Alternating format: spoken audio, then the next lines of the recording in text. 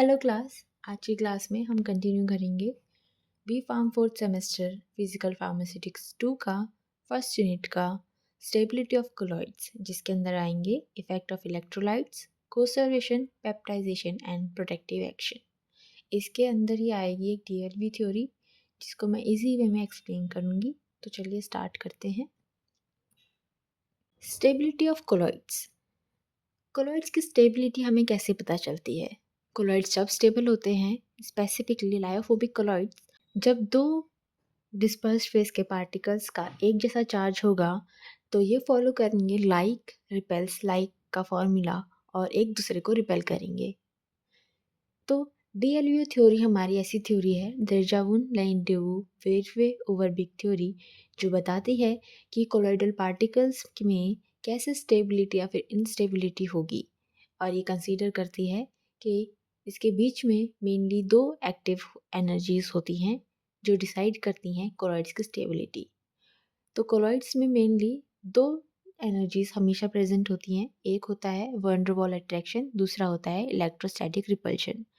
मान लीजिए आपके दो कोलॉइड्स के पार्टिकल्स हैं, तो इन दोनों पार्टिकल्स में स्टेबिलिटी लाने के लिए मेनली जो एक्ट करेगा वो फोर्स होगा electrostatic repulsion.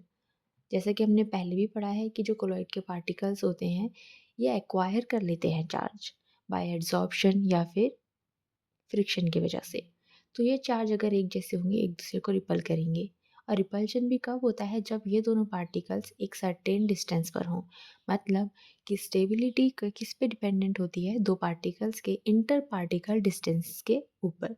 Inter particle distance होता है दो पार्टिकल के बीच की डिस्टेंस। अगर ये ऑप्टिमम होगी तो रिपल्शन एक्टिव होगा, लेकिन अगर ये पार्टिकल एकदम से क्लोज आ गए तो वैन डर वाल अट्रैक्शन जीत जाएगा और ये दोनों पार्टिकल्स कोगुलेट हो जाएंगे।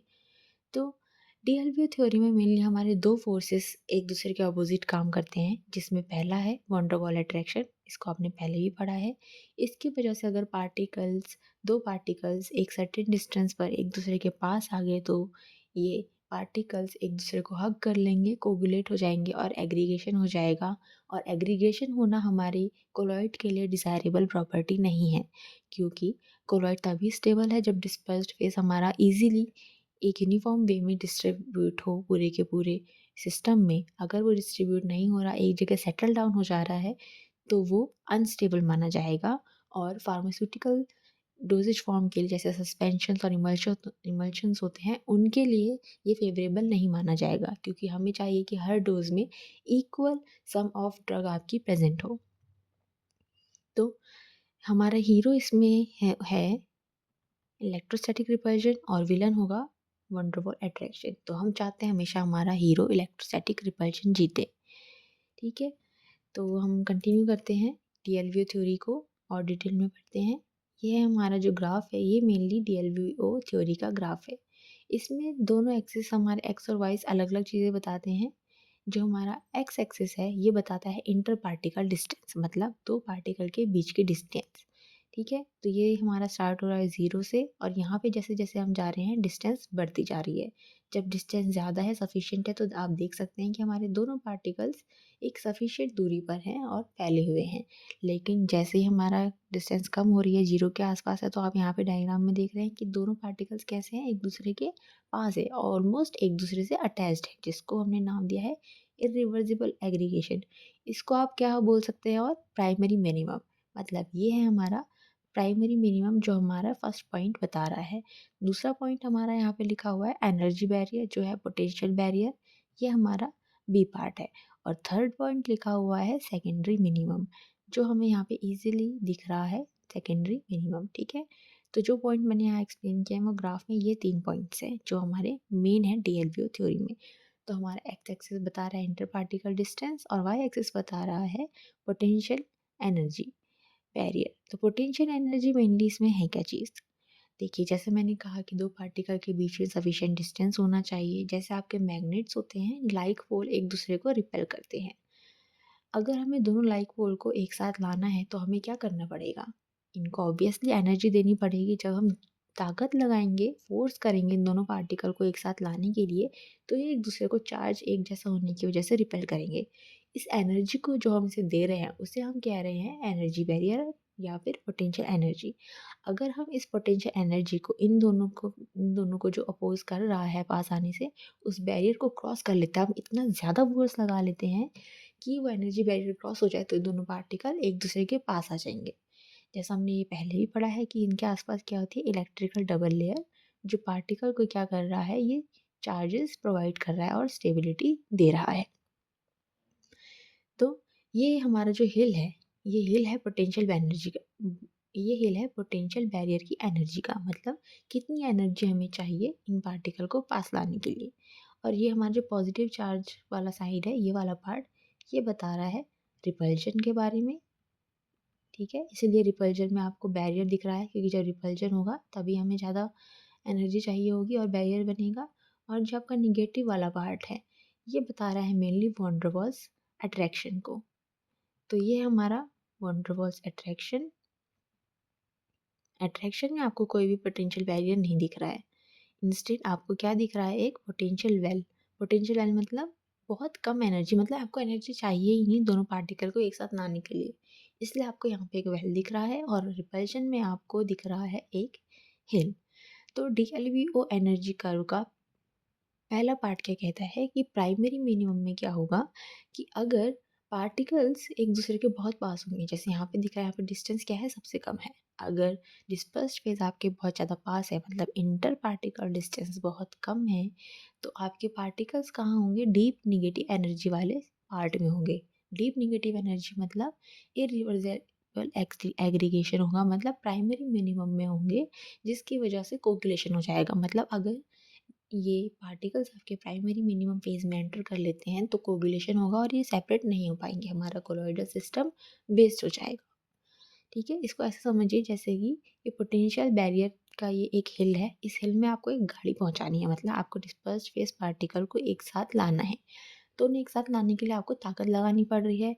जैसे आप गाड़ी चलाते हैं पहाड़ के ऊपर, तो आपको बहुत ताकत लगानी पड़ती है, मतलब एनर्जी देनी पड़ती है।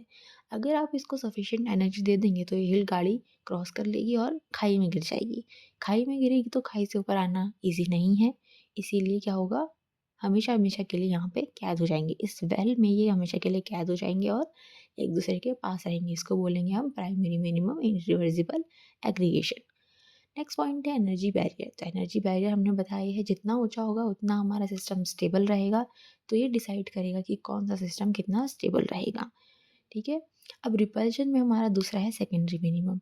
सेकेंडरी मिनिमम ये वाला पार्ट है जिसमें आप देख रहे हैं दो बॉल्स अभी भी एक साथ हैं। इसमें हमारा होगा रिवर्सिबल फ्लॉक्यूलेशन। फ्लॉक्यूलेशन एक डिजायरेबल प्रॉपर्टी होती है हमारे कोलॉइड्स में और फार्मास्यूटिकल सिस्टम्स के।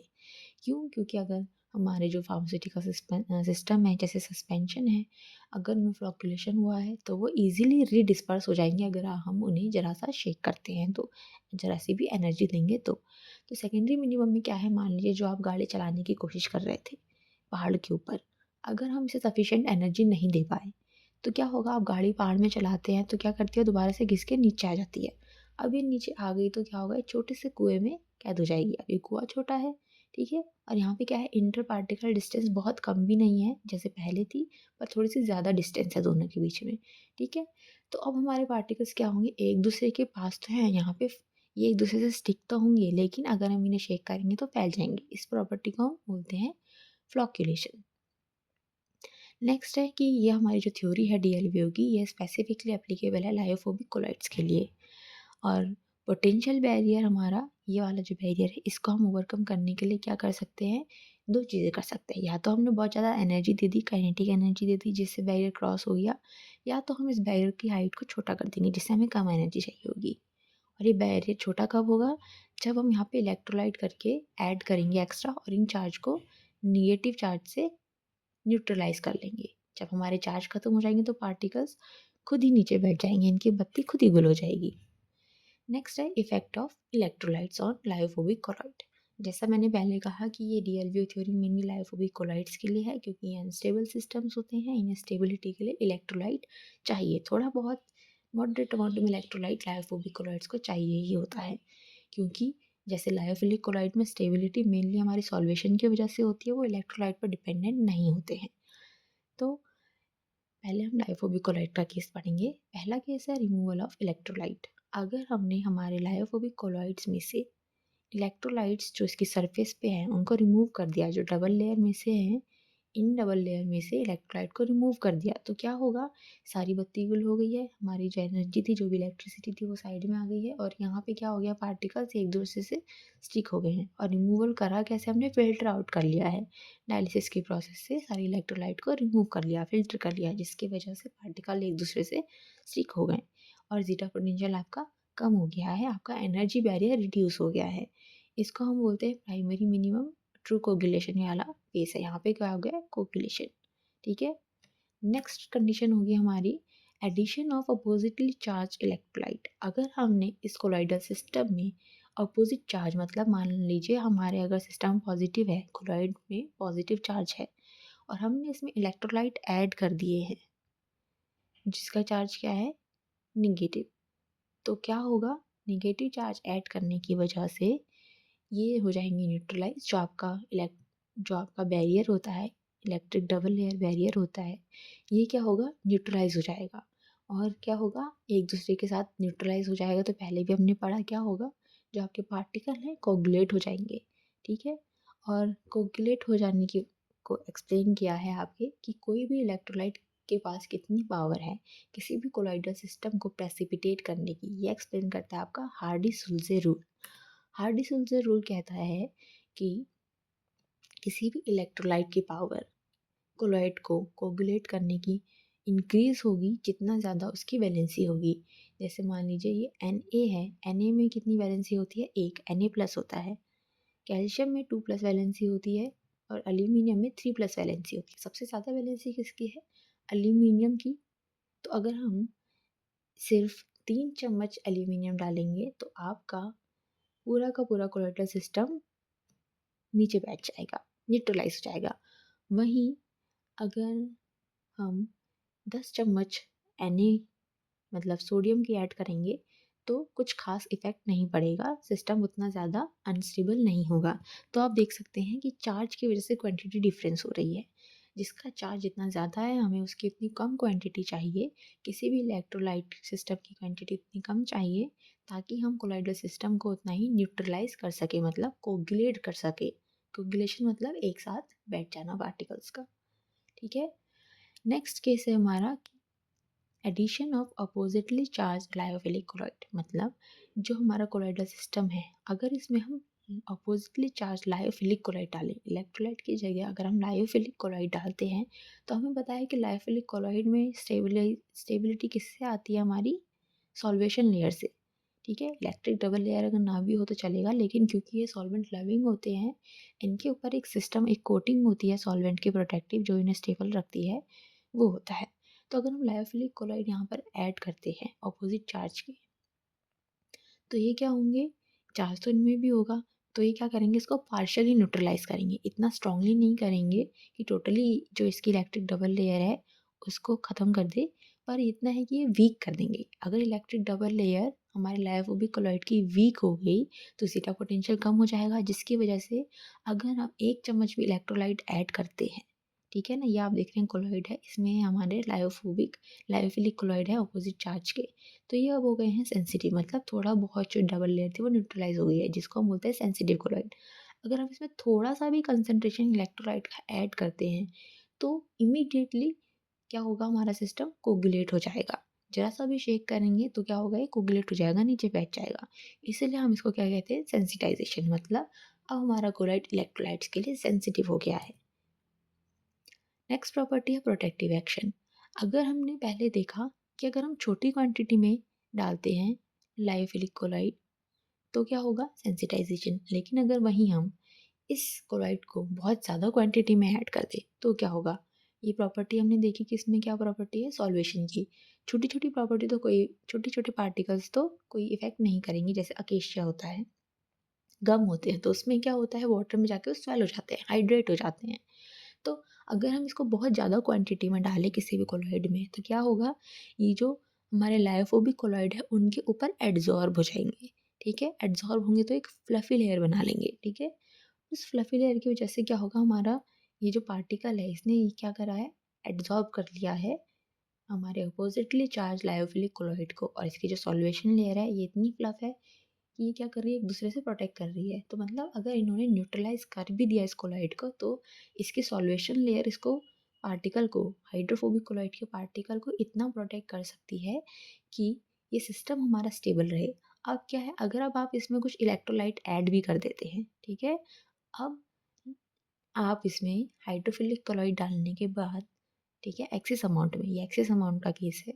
अब अगर आप इसमें इलेक्ट्रोलाइट ऐड कर देते हैं, अगर आप हाई कंसंट्रेशन ऑफ इलेक्ट्रोलाइट भी ऐड करते हैं, थोड़ा थोड़ा ही नहीं, अगर आप हाई कंसंट्रेशन ऑफ इलेक्ट्रोलाइट भी ऐड करते हैं, तो ये इलेक्ट्रोलाइट क्या होंगे, इस प्रोटेक्टेड कोलॉइड, हाइड्रोफोबिक कोलॉइड को रीच नहीं कर पाएंगे। यहाँ पे मान लीजिए आपने इलेक्ट्रोलाइट ऐड किया, तो ये क्या कर रहे हैं, यहाँ पे एक प्रोटेक्टिव लेयर बन गई है, तो ये इस सॉल्वेशन लेयर को क्रॉस ही नहीं कर पाएंगे। तो अब आपका ये वाला जो कोलॉइड है, इसको न्यूट्रलाइज करने का चांस नहीं बनता, ठीक है। तो ये क्या होगा, एक तरीके से आपके लायोफिलिक कोलॉइड भी क्या हो जाएंगे, स्टेबल। और ये प्रॉपर्टी, जब आपके लायोफोबिक कोलॉइड स्टेबल हो जाते हैं लायोफिलिक कोलॉइड की वजह से, इसको हम बोलते हैं प्रोटेक्टिव एक्शन, ठीक है। प्रोटेक्टिव एक्शन में क्या होता है कि जब आपके लायोफिलिक कोलॉइड को आप एक्सेस अमाउंट में डालते हैं, तो ये एक प्रोटेक्टिव लेयर फॉर्म कर लेते हैं हाइड्रोफोबिक कोलॉइड में, जिसकी वजह से अगर आप इसमें इलेक्ट्रोलाइट ऐड भी करते हैं हाई कंसंट्रेशन में, तो वो आपके हाइड्रोफोबिक कोलॉइड पर पहुंच नहीं पाते और आपका सिस्टम में कोगुलेशन नहीं हो पाता है, ये बन जाते हैं स्टेबल, ठीक है, ये बन गए हैं स्टेबल। लेकिन आपने कम कंसंट्रेशन में डाला इसी हाइड्रोफिलिक कोलॉइड को, तो हमारा कोलॉइड सेंसिटिव हो गया और इमीडिएटली कोगुलेट हो जाता है। तो ये सिर्फ कंसंट्रेशन का फ़र्क है, ठीक है। अगर आप कंसंट्रेशन कम करोगे तो अनस्टेबल हो जाएगा, सेंसिटिव हो जाएगा, कंसंट्रेशन ज़्यादा डालोगे तो स्टेबल हो जाएगा आपका लायोफोबिक कोलॉइड। एग्जाम्पल यहाँ पे अकेशिया का ही दिया है, जो मैंने बताया था, ये कम्प्लीटली आपके लायोफोबिक पार्टिकल को कवर कर लेता है, जिससे एक लेयर बन जाती है हाइड्रेटेड, और ये कोलॉइड को स्टेबल बना देता है। इसको हम प्रोटेक्टिव एक्शन बोलते हैं। अब इसी प्रोटेक्टिव एक्शन से रिलेटेड एक पॉइंट आता है गोल्ड नंबर का। तो गोल्ड नंबर क्या होता है, एज इसका नेम सजेस्ट कर रहा है, एक सॉल है। ये हमने पहले पार्टिकल साइज वाले लेक्चर में देखा था, एग्जाम्पल पढ़ा था गोल्ड सॉल का। तो गोल्ड सॉल क्या होता है, एक कोलॉइडल सिस्टम है जिसमें हमारे सोने के छोटे छोटे टुकड़े होते हैं कोलॉइडल फॉर्म में, ठीक है। ये धीरे धीरे शेप बढ़ता जा रहा है, तो आपके कोलॉइड गोल्ड सॉल का कलर भी धीरे धीरे चेंज होता जा रहा है, ठीक है। मतलब अगर आपके जो गोल्ड के पार्टिकल हैं, छोटे छोटे पार्टिकल हैं, तो रेड कलर का होगा। अब जैसे जैसे साइज़ बड़ा होता है तो वेवलेंथ कम होती है, कम वेवलेंथ में वायलेट कलर आता है। ये हमने पहले के लेक्चर्स में पढ़ा है ऑलरेडी, ठीक है। तो गोल्ड नंबर क्या होता है, gold number is defined as the minimum weight in milligram of a protective colloid. मतलब लायोफिलिक कोलॉइड हमें मिलीग्राम्स में कितना चाहिए, कम से कम, ठीक है। जितना कम हमें प्रोटेक्टिव कोलॉइड चाहिए होगा उतना स्टेबल होगा। तो मिनिमम वेट हमें कोलॉइड का कितना चाहिए to prevent the coagulation of 10 ml of standard gold. मान लीजिए ये 10 ml की क्वांटिटी आपके स्टैंडर्ड गोल्ड की, ठीक है। तो इस 10 ml ऑफ स्टैंडर्ड गोल्ड को प्रोटेक्ट करने के लिए हमें कितना लायोफिलिक कोलॉइड चाहिए, ताकि हम 10 ml ऑफ गोल्ड को कोगुलेट होने से, यानी कि अनस्टेबल होने से रोक सके, ठीक है। ये हमारा रेड कलर का है। अगर हम इसमें बहुत ज़्यादा लायोफिलिक कोलॉइड ऐड करेंगे तो ये रेड कलर का ही रहेगा, ठीक है। On the addition of 1 ml of 10% sodium hydrochloride solution, ठीक है। अगर हम इसमें सोडियम हाइड्रोक्लोराइड सोल्यूशन डालेंगे 10 ml, 1 ml of 10% sodium hydrochloride solution डालेंगे, तो क्या होगा, ये आएगा आपका वायलेट एंड की तरफ, ठीक है। तो इसको प्रेसिपिटेट होने से रोकने के लिए, कोगुलेशन होने से रोकने के लिए हमें कितना कोलॉइड चाहिए, ये क्या है आपका गोल्ड नंबर। आपका गोल्ड नंबर जितना कम होगा उतना ज़्यादा इसकी प्रोटेक्टिव पावर होगी। एग्जाम्पल है आपके जिलेटिन या स्टार्च। जिलेटिन का गोल्ड नंबर कम होता है, मतलब प्रोटेक्शन पावर ज़्यादा होती है, जिसकी वजह से हम इसे यूज़ कर सकते हैं। लेकिन स्टार्च का गोल्ड नंबर ज़्यादा है, मतलब कि आपको बहुत ज़्यादा अमाउंट में स्टार्च चाहिए, जिसकी वजह से इसका प्रोटेक्टिव एक्शन कम होता है। तो ये आपकी समरी है, हमने जो भी अभी तक पढ़ा इसको आप एक बार देख सकते हैं। नेक्स्ट टॉपिक है आपका effect of electrolytes on lyophilic colloids. तो लायोफिलिक कोलॉइड्स में अब क्या-क्या इफ़ेक्ट होगा? तो हमने पहले भी सुना था ये कि लायोफिलिक कोलॉइड की स्टेबिलिटी मेनली किसकी वजह से है? हाइड्रेशन की वजह से, सॉल्वेशन की वजह से। इलेक्ट्रिक चार्ज का उतना कोई इम्पोर्टेंट रोल नहीं है, पर थोड़ा बहुत रोल है, तो वो अब हम देखते हैं। पहला केस है आपका addition of excess of electrolyte. अगर आपने लायोफिलिक कोलॉइड में बहुत ज़्यादा इलेक्ट्रोलाइट्स ऐड कर दिए, तो क्या होगा? तो लायोफिलिक कोलॉइड में हमें पता है छोटी-छोटी क्वांटिटी में डालने में तो कुछ नहीं होगा। लेकिन अगर हम बहुत ज़्यादा क्वांटिटी में इलेक्ट्रोलाइट ऐड कर देते हैं, तो आपकी जो हाइड्रेशन लेयर है, वो चली जाएगी। मतलब डायग्राम से देखते हैं, जैसे ये आपका है हाइड्रोफिलिक कोलॉइड, ठीक है? ये आपका लायोफिलिक कोलॉइड है। इसमें आपने इलेक्ट्रोलाइट्स ऐड कर दिए हैं ये। हमें पता है कि बाहर से सॉल्यूशन लेयर होती है, लेकिन जो आपके आयंस होते हैं इनका साइज़ तो और भी छोटा होता है। तो ये जो आपकी वाटर के लेयर्स हैं ये क्या करेंगे, इसके आयंस के ऊपर स्टिक हो जाएंगे। तो आपका क्या हुआ, कोलॉइडल पार्टिकल में कोई भी सॉल्वेशन नहीं रहा, ठीक है? और जो आपके इलेक्ट्रोलाइट्स थे इनमें आपकी हाइड्रेशन लेयर बन गई है। वाटर ने क्या किया, इसको इलेक्ट्रोलाइट को कवर कर लिया है, जिसकी वजह से आपका जो कोलॉइड था, डिस्पर्स्ड फेस था, ये अकेला रह गया। अब क्या होगा, इसकी वजह से कोगुलेशन हो जाएगा, क्योंकि इसमें ना इलेक्ट्रोलाइट कोई चार्ज रहा, ना ही कोई सॉल्वेशन लेयर रही। तो ये हो जाएगा कोगुलेट, और आपके इलेक्ट्रोलाइट क्या हो जाएंगे, खुद ही सॉल्वेट हो के रह जाएंगे, ठीक है? तो अब जैसे आपके लायोफोबिक कोलॉइड में कौन एक्सप्लेन कर रहा था कोगुलेशन पावर को, सुल्जे हार्डी रूल। वैसे ही लायोफिलिक कोलॉइड में ये कोगुलेशन या प्रेसिपिटेशन पावर को एक्सप्लेन करेगी आपकी हॉफमिस्टर लायोट्रोपिक सीरीज़। तो हॉफमिस्टर लायोट्रोपिक सीरीज़ आपकी बताएगी कि ये प्रेसिपिटेटिंग पावर या फिर जिस फिनोमिना को सॉल्टिंग आउट बोलते हैं, सॉल्टिंग आउट क्यों कह रहे हैं, क्योंकि ये आपने इलेक्ट्रोलाइट से जो भी सॉल्ट ऐड किए इसकी वजह से क्या हुआ, आपका सिस्टम अनस्टेबल हो गया, इसने सॉल्वेंट को खा लिया, एक तरीके से खुद पे अट्रैक्ट कर लिया। तो हॉफमिस्टर लायोट्रोपिक सीरीज़ बता रही है कि आपको सॉल्ट की कितनी पावर है, जो इलेक्ट्रोलाइट आपने ऐड किया उसकी कितनी पावर है कि वो सारे के सारे हाइड्रेशन लेयर को खुद की तरफ खींच सके। ये खींच कर इस हाइड्रेशन लेयर को खींचने की पावर आपकी डिपेंड करती है इस सीरीज़ के ऊपर, ठीक है? तो जितना ज़्यादा फर्स्ट नंबर पे है, जो नंबर आपका सबसे पहले आ रहा है एनायन या फिर कैटायन, इसकी पावर सबसे ज़्यादा है इस सॉल्वेशन लेयर को खींचने की, जबकि कैल्शियम की पावर सबसे कम है। तो ये सीरीज़ आपको याद करनी होगी, ठीक है? जो नंबर पहले आ रहा है उसकी प्रेसिपिटेटिंग पावर ज़्यादा है, उसकी सॉल्टिंग आउट करने की प्रॉपर्टी ज़्यादा है कंपेयर टू जो आपके लास्ट में आ रहा है। नेक्स्ट प्रॉपर्टी है addition of oppositely charged colloids, ठीक है? तो नेक्स्ट केस में क्या हो सकता है, अगर आपने इलेक्ट्रोलाइट की जगह अपोजिटली चार्ज कोलॉइड ही ऐड किया इसमें, तो आपकी नई प्रॉपर्टी आती है कोसर्वेशन। ये आपके सिलेबस में अलग से हेडिंग मेंशन्ड है कोसर्वेशन की। तो कोसर्वेशन में क्या होता है, जब आप कोलॉइडल सिस्टम में, लायोफिलिक कोलॉइडल सिस्टम में अपोजिटली चार्ज कोलॉइड जैसे गम अकेशिया डालते हो, तो क्या होगा कि आपके जो भी पार्टिकल्स हैं, जो भी लायोफिलिक पार्टिकल्स हैं, इसमें भी चार्ज का न्यूट्रलाइजेशन हो जाएगा, ठीक है? दोनों ही कोलॉइड हैं, थोड़ा बहुत अगर दोनों में चार्ज है तो ये क्या करेंगे, अपोजिट चार्ज होने की वजह से एक दूसरे को न्यूट्रलाइज कर लेंगे। न्यूट्रलाइज होगा तो आपकी जो सॉल्वेशन लेयर होगी, जैसे ये है, डायग्राम में देखते हैं, ये जो आपकी सॉल्वेशन लेयर है, ये क्या करेंगे, आपस में स्टिक हो जाएंगे, ठीक है? तो ये अलग से आ गए, मतलब ये अलग से आ गए तो क्या हुआ, आपके डिस्पर्स जो फेस था, ये पार्टिकल्स होंगे, ये आपके अलग हो जाएंगे, ठीक है?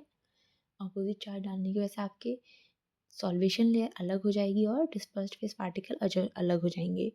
तो क्या बनेगा, अगर आपके डिस्पर्स्ड फेस पार्टिकल्स एक दूसरे के साथ स्टिक हो गए हैं क्योंकि इन्होंने अपना सॉल्वेशन लेयर लूज़ कर दी है, तो आपको एक thick creamy liquid like substance मिलेगा, स्ट्रक्चर मिलेगा, जिसको आप कहते हैं कोसर्वेट, ठीक है? थिक और क्रीमी क्यों है, क्योंकि आपके डिस्पर्स्ड फेस पार्टिकल्स है तो ऑब्वियसली वो थोड़े हैवी होंगे और क्रीमी लगेंगे। जब ये आपस में स्टिक करेंगे, कोगुलेशन होगा, तो इसको हमने बोला कोसर्वेट बन गए हैं।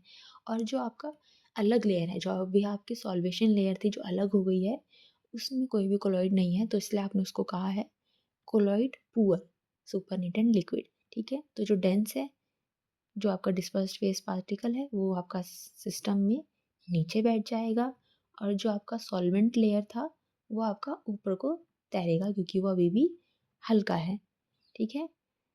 इसको बोलते हैं हम कोसर्वेट। और इस प्रॉपर्टी को भी हम क्या बोलते हैं, माइक्रो एनकैप्सुलेशन। ये आपकी एक तरीके की फार्मास्यूटिकल फॉर्मुलेशन है। माइक्रो इनकैप्सुलेशन एक फॉर्मुलेशन बनाने का तरीका है जिससे आप क्या कर सकते हो, माइक्रो इनकैप्सुलेट करके आप कैप्सूल्स बना सकते हो। ठीक है, तो कोसर्वेशन क्या होता है, फेस सेपरेशन, जिसमें आपके अपोजिटली चार्ज्ड इलेक्ट्रोलाइट्स या फिर लायोफिलिक कोलॉइड्स डालने की वजह से क्या होगा, आपकी डिस्पर्स फेस पार्टिकल अलग हो जाएंगे और डिस्पर्जन मीडियम वाले फेस जो है वो अलग हो जाएगा। इसको हम बोलते हैं कोसर्वेशन। ये हो सकता है या तो आपने इलेक्ट्रोलाइट डाले, जो मैंने ऑलरेडी एक्सप्लेन कर दिया, या तो आप नॉन सॉल्वेंट अगर ऐड करते हैं तो इस वजह से भी कोसर्वेशन हो सकता है। अब नॉन सॉल्वेंट डालने की वजह से मतलब क्या होगा, नॉन सॉल्वेंट किसके लिए है, ऐसे सॉल्वेंट जो आपके डिस्पर्स्ड फेस पार्टिकल्स को सॉल्यूबलाइज नहीं कर सकते। ठीक है, लेकिन किसको सॉल्यूबलाइज कर लेंगे, ये जो इनकी हाइड्रेशन लेयर है। ठीक है, मतलब मान लीजिए आपने अल्कोहल डाला, ये आपकी वाटर को क्या कर सकती है, सॉल्यूबलाइज कर सकती है, जिसकी वजह से इनकी हाइड्रेशन लेयर फिर से लॉस्ट हो जाएगी और डिस्पर्स्ड फेस पार्टिकल्स फिर से कोगुलेट हो जाएंगे। अब पढ़ते हैं हम नेक्स्ट प्रॉपर्टी, पेप्टाइजेशन। पेप्टाइजेशन क्या प्रोसेस होती है, जैसे हमने कोगुलेशन पढ़ा हो, कोगुलेशन में क्या होता है, जब आपके डिस्पर्स्ड फेस पार्टिकल्स एक दूसरे से स्टिक हो गए नीचे सेटल हो जाते हैं हैवी होने की वजह से, उसको हम कोगुलेशन बोलते हैं। लेकिन कोगुलेशन का उल्टा होता है पेप्टाइजेशन। उल्टा कैसे होता है कि मान लीजिए आप जब अगर कोई सिंथेसिस करते हैं लैब में, आपने मान लीजिए कोई फ्रेश प्रेसिपिटेट बनाया है। ठीक है, ये एग्जाम्पल हमने लिया है फेरस हाइड्रोक्साइड का। ये प्रेसिपिटेट आपने फ्रेशली प्रिपेयर किया है, ठीक है, एक साथ अक्यूमुलेटेड है, बड़ा सा स्ट्रक्चर है। अब अगर आप इसमें डाल देते हैं कोई ना कोई इलेक्ट्रोलाइट, ठीक है, अब इलेक्ट्रोलाइट डालने की वजह से पहले क्या कर रहे थे, इलेक्ट्रोलाइट कोलाइडल सिस्टम को कोगुलेट कर रहे थे। पर अगर अब आपने अगर इलेक्ट्रोलाइट डाला किसी प्रेसिपिटेट में जो ऑलरेडी प्रेसिपिटेट है, इसको डालने की वजह से आपके कोलॉइड बन गए हैं। ठीक है, कैसे बने, इलेक्ट्रोलाइट ने क्या किया, इस FeOH3 में आपने आयंस आपने चार्ज डिस्ट्रीब्यूट कर दिया। ठीक है, जैसे ही आपने चार्ज डिस्ट्रीब्यूट किया, जैसे Fe है, Fe का पॉजिटिव चार्ज है, ठीक है, यहाँ पे भी Fe है। अब दोनों का पॉजिटिव चार्ज होने की वजह से क्या हुआ, यहाँ पे रिपल्शन हुआ। अब आपने इसी को उठा के अगर सॉल्वेंट में पानी में डाल दिया और इसमें FeCl3 डाला, तो दोनों के पॉजिटिव चार्ज होने की वजह से ये क्या करेंगे, एक दूसरे को रिपेल करेंगे तो ये एक दूसरे से दूर जाएंगे और सिस्टम में फैल जाएंगे, सॉल्वेंट में फैल जाएंगे, जिसका वजह से क्या बनेगा, कोलॉइडल सॉल्यूशन आपका तैयार हो जाएगा। तो ये एक तरीके से मेथड है आपके लायोफोबिक कोलॉइड बनाने का। ठीक है, क्योंकि लायोफोबिक कोलॉइड में चार्ज चाहिए, आपने चार्ज दे दिया, चार्ज में कॉमन आयन होने की वजह से ये एक दूसरे से दूर हुए, रिपल्जन हुआ, रिपल्जन होने की वजह से आपके कोलॉइडल पार्टिकल्स यहाँ पे बन गए। आप देख रहे हैं इसके छोटे छोटे टुकड़े हुए हैं और टुकड़ों में क्या है, आपका पॉजिटिव चार्ज है जो इन दोनों के पास था। ये आपका एग्जाम्पल है। तो पेप्टाइजेशन क्या होती है, इट इज़ अ प्रोसेस जिसमें फ्रेशली प्रिपेयर्ड प्रेसिपिटेट में आपने कोलॉइडल सॉल्व बनाया एक इलेक्ट्रोलाइट डाल के।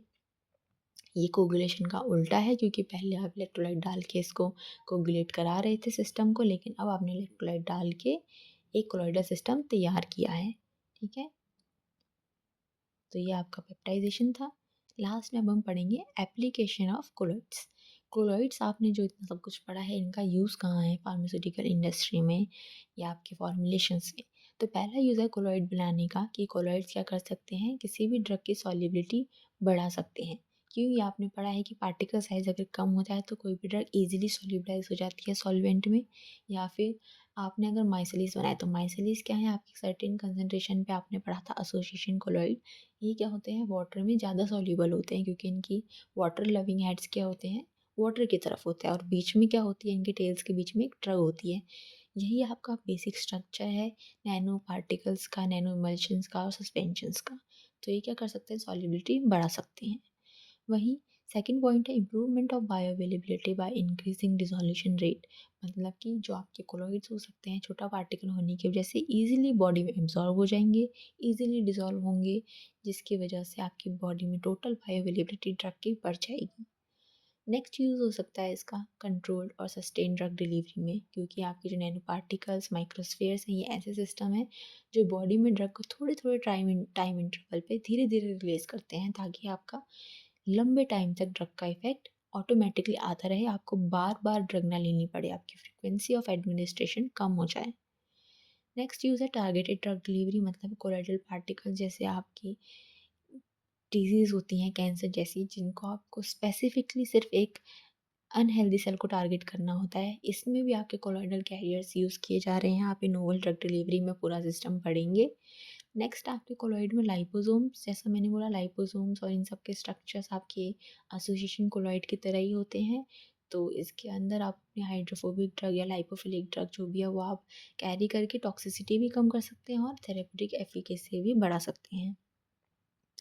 नेक्स्ट एप्लीकेशन है हाइड्रोजेल की। ये ऐसे जेल हैं जो वाटर के कांटेक्ट में आके स्वेल हो जाते हैं और एक तरीके के कोलॉइड होते हैं। ये ऐसे सिस्टम्स बना रहे हैं जो स्पेसिफिकली स्टिमुलाई की वजह से, मतलब कि जैसे मान लीजिए आपके बॉडी में ग्लूकोज लेवल कम हो रहा है तो hydrogel immediately insulin insulin release करके आपको कंडीशन को स्टेबलाइज कर देंगे। जीन एंड वैक्सीन डिलीवरी में, मतलब कोलॉइडल सिस्टम्स को वैक्सीन बनाने के लिए भी यूज़ किया जा रहा है। जो लाइपोसोम नैनो पार्टिकल होते हैं इनको जीन डिलीवरी में यूज़ किया जा रहा है। नेक्स्ट है आपका टॉपिकल सिस्टम में, जैसे आपके क्रीम्स, सस्पेंशंस, इमल्शंस हैं, आप इनको स्किन में भी लगा सकते हैं। छोटा साइज़ होने की वजह से इजीली स्किन को पेनिट्रेट करके आप थेराप्यूटिक इफ़ेक्ट रिलीज़ कर सकते हैं। तो ये आपका आज का लेक्चर था। आपकी फर्स्ट यूनिट कंप्लीट हो चुकी है। स्टेबिलिटी ऑफ कोलॉइड भी मैंने कंप्लीट कर लिया है। कोलॉइड से रिलेटेड आपको कोई भी क्वेश्चंस हैं तो वो आप कमेंट में पूछ सकते हैं। तब तक के लिए नेक्स्ट लेक्चर के लिए मिलते हैं।